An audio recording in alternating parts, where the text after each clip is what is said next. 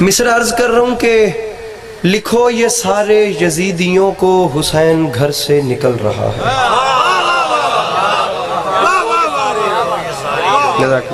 ناظم ممبر صاحب بڑی زیادتی کی ہے آپ نے اور بہت زیادہ. با خدا میں تو کچھ بھی نہیں ہوں, آپ بہت زیادہ بول گئے ہیں, لٹرلی با خدا نہیں ہے, بہت زیادہ. آپ یہ دیکھیے سر, میں بہت گناہ گار آدمی ہوں معذرت کے ساتھ. یہ بہت اچھا پڑھنے والے ہیں, ڈیزرو کرتے ہیں ایسے ایسے جملے.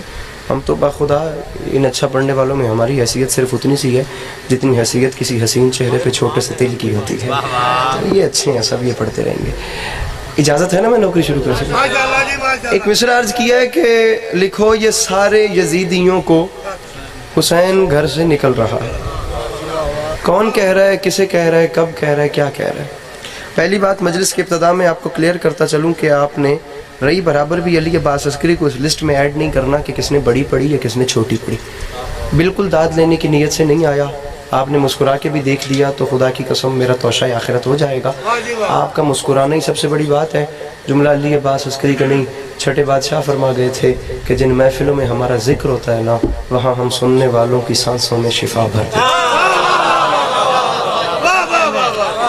بس آپ سنیے میری نوکری. ہاں تکلیف تھوڑی سی دوں گا کہ نیاز زہرا ایسے دو قدم آگے آ جائیے. مولا آپ کو ہمیشہ سلامت رکھیں.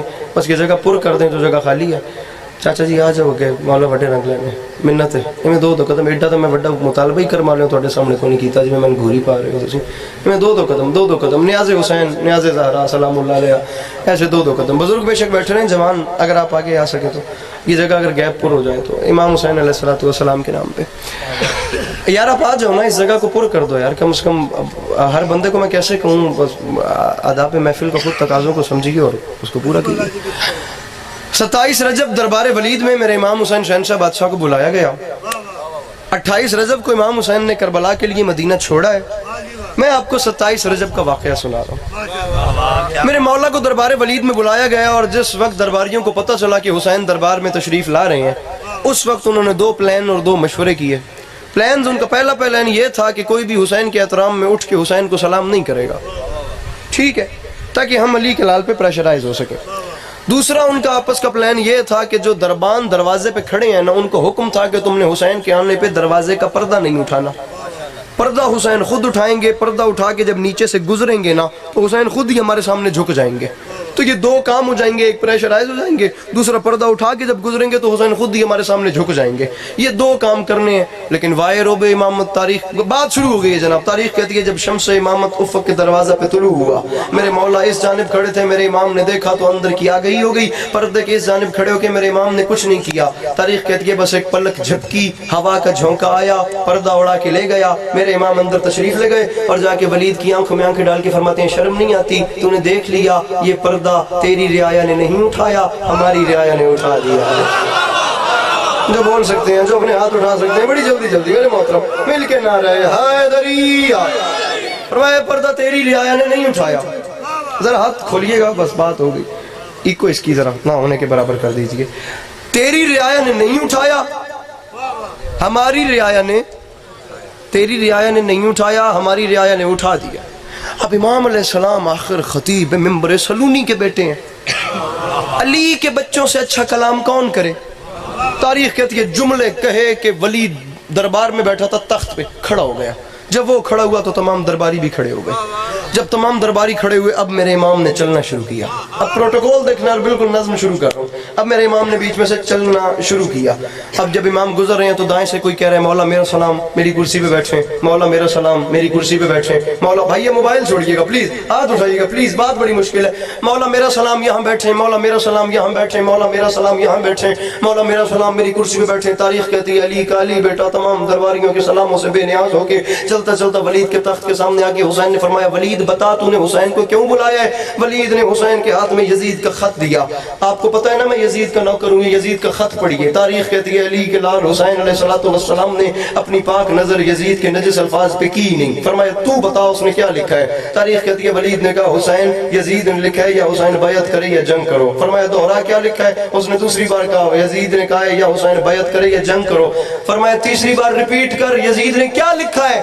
اس نے ہاتھ باندھ کے کہا حسین یزید نے کہا ہے حسین سے کہو یا بیعت کرے یا جنگ کرے, آپ اسے کیا رپلائی دیں گے؟ تاریخ کہتی ہے یزید کا خط زمین پہ پھینکا, دروازے کو چلے, پیچھے سے اس نے کہا جواب کیا دوں؟ حسین مسکرا کے فرماتے ہیں پریشان نہ ہو, لکھو یہ سارے یزیدیوں کو حسین گھر سے نکل رہا ہے. جو ہاتھ اٹھا سکتے ہیں میرے محترم اگر تو بات پسند آئے, فرمایا لکھو یہ سارے یزیدیوں کو حسین گھر سے نکل رہا ہے. سفر بہت لمبا ہے, بس چلیے گا میرے ساتھ. فرمایا لکھو یہ سارے یزیدیوں کو حسین گھر سے نکل رہا ہے, اسے لکھو کہ ہمارے حر کا ضمیر کروٹ بدل رہا ہے. فرمایا نئی صبح کا یقین لے کر ہر ایک غنچہ مچل رہا ہے, یزیدیت کا وجود اب سے ازل کی لعنت میں ڈھل رہا ہے. یہ جھولی پھیلا کے مانگ رہا ہوں جسے 100% یقین ہے کہ کربلا والے ترس کریں تو گھر کا چولہا جلتا ہے, وہ صرف ذہن کے دریچے کھولے. خدا کی قسم بات اتنی بڑی کرنا چاہ رہا ہوں, اللہ گواہ کہ فضائے نجف سینوں میں ایک بہار برپا کر دے گی. ایک ذرہ بھی خاک نجف کا اڑتا اڑتا میری جھولی میں آ گیا تو خدا کی قسم مصر کا بازار خرید لوں گا. اللہ کرے میں جملہ سمجھا سکوں. حسین نے فرمایا اسے لکھو کہ ہمارے حر کا ضمیر کروٹ بدل رہا ہے, یزیدیت کا وجود اب سے ازل کی لعنت میں ڈھل رہا ہے. ولید یزید کو لکھ دے حسین کا اعلان ہے, اور یزید بنا رہے گا نشان عبرت, میں شکل ایسی بگاڑ دوں گا, وہ بات بیعت کی کر رہا ہے, میں اس کی نسلیں اجاڑ دوں.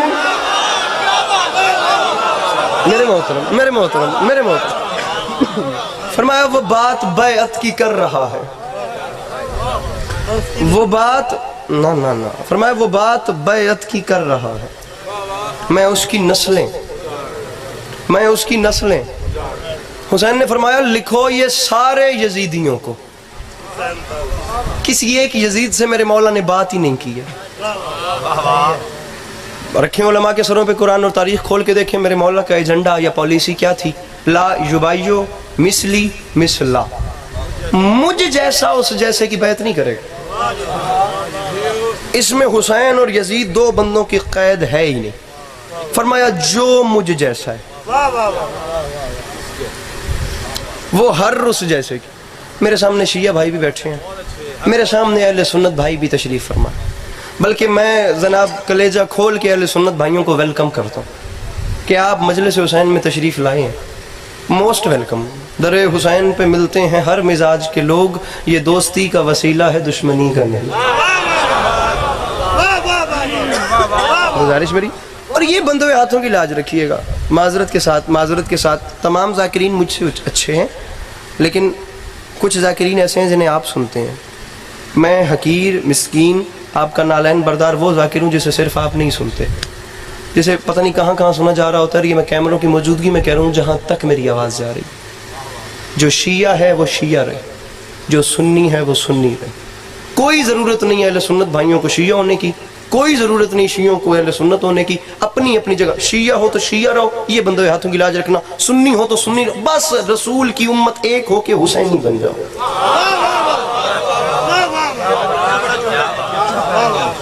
سر آپ ان ریکوائرمنٹس کو پورا کریں جو حسینی ہونے کے لیے چاہیے. وٹ ایور تاریخ کو کیا فرق پڑتا ہے, آپ ہاتھ کھول کے نماز پڑھتے ہیں یا آپ ہاتھ باندھ کے نماز پڑھتے ہیں. ارے دو کریکٹرز آپ کے سامنے ہیں, قرآن بھی یہی کہتا ہے, حسینیت بھی یہی کہتی ہے.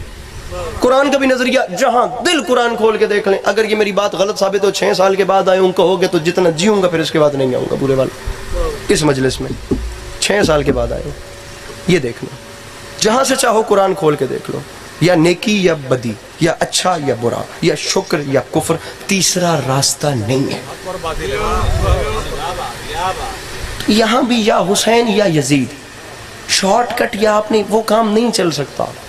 یا حسینی ہونا ہے یا یزیدی ہونا ہے. آپ دونوں کریکٹرز کو پڑھ لیں. حسین علیہ السلام نے کیا کیا, یزید نے کیا کیا, بات ختم ہو جائے گی. جہاں ہیں وہاں رہ کے فیصلہ کر لیں کہ کس کے پیچھے لگیں.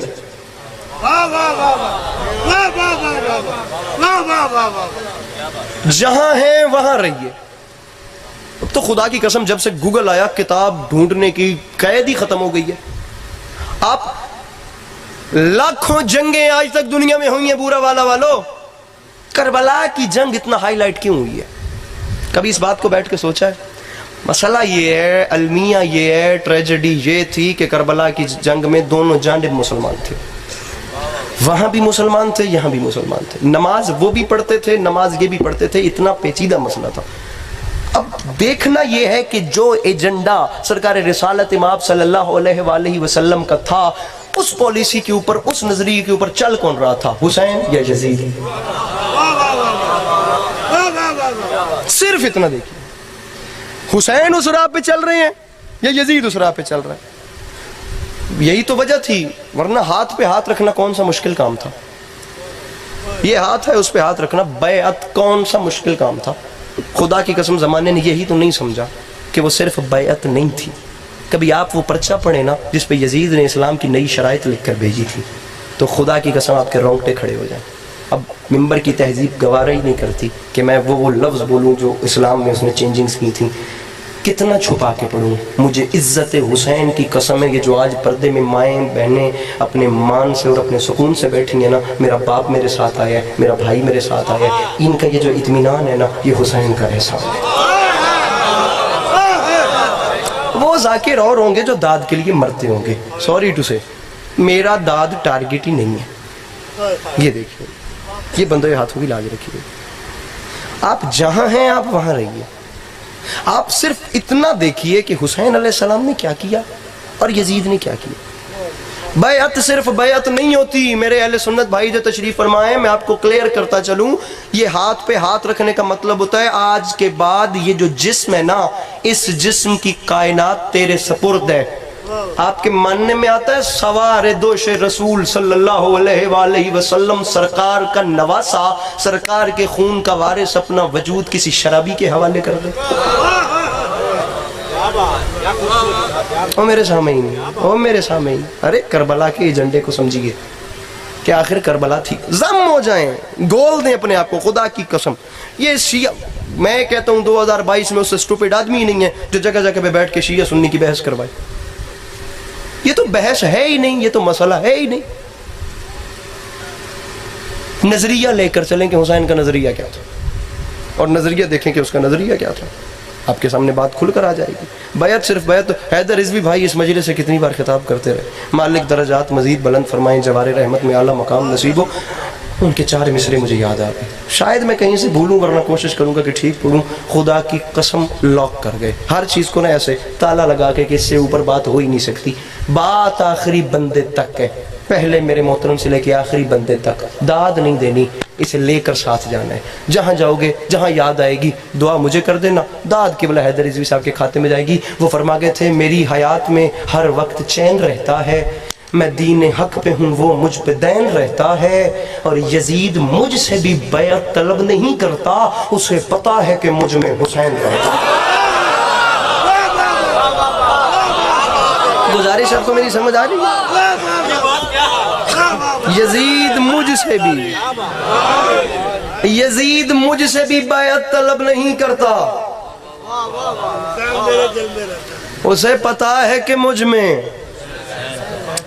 بیعت ہو ہی نہیں۔ یہی تو میرے مولا نے آج سے 1400 سال پہلے کہا تھا سامعین گرامی، میرے امام علیہ السلام نے یہی تو 1400 سال پہلے۔ اب مسئلہ کیا ہے؟ مسئلہ یہ ہے کہ ہم امام حسین علیہ السلام کو تو مان رہے ہیں، ہم مولا کی نہیں مان رہے۔ کن کن چیزوں کو لے کر مولا نے یزید کی مخالفت کی تھی، ہم وہ چیزیں بھول گئے ہیں۔ مجلس میں آنا اور مجلس سے اٹھ کے چلے جانا مقصد نہیں ہے، معذرت کے ساتھ۔ یہ جو آپ داد دیتے ہیں نا، یہ یہیں رہ جاتی ہے، کوئی ذاکر اپنے ساتھ سمیٹ کے نہیں لے جاتا۔ وہ زمانے پیچھے رہ گئے جب داد بڑی لینا کو بڑی بات تھی، اب ہر کوئی داد بڑی لے رہا ہے۔ اب بات قیمتی کرے ممبر پر آ کے، جو چیز ممبر پہ ضروری ہے۔ گزارش آپ میری سمجھ رہے ہیں نا وقار صاحب؟ بات غلط کہوں تو آپ مجھے روکنے کا حق رکھتے ہیں۔ گزارش کو سمجھیے کہ امام حسین علیہ السلام کہتے کیا تھے، ان باتوں کو میں یہی تو کہہ رہا ہوں کہ ضم کر دیں خود کو کربلا میں۔ خدا کی قسم کربلا سے بڑا پلیٹ فارم آپ کو ملنا ہی نہیں ہے۔ ایک ایک عنصر، ایک ایک جگہ سے آپ کو ایسی ایسی انسانیت کی بے مثال خدا کی قسم کہانی ملے گی۔ میں ہر جگہ پہ جا کے اتحاد اور اتفاق کی باتیں اس لیے کر رہا ہوں، صاحبان ممبر کے سامنے بھی گزارش کروں گا کہ جو باہر سے آئے اس کو سینے سے لگائیے، تاکہ اسے پتہ چلے کہ حسین کون تھے، حسین کیا تھے، حسین نے انسانیت کے لیے کیا کیا۔ غلط نظریہ ہے کہ حسین صرف شیعوں کے ہیں۔ ارے حسین شیعوں کے نہیں ہیں، شیعہ حسین کے ہیں۔ حسین نے کربلا میں کام کوئی شیعہ کے لیے تو کیا نہیں، حسین نے تو کربلا میں کام انسانیت کے لیے کیا۔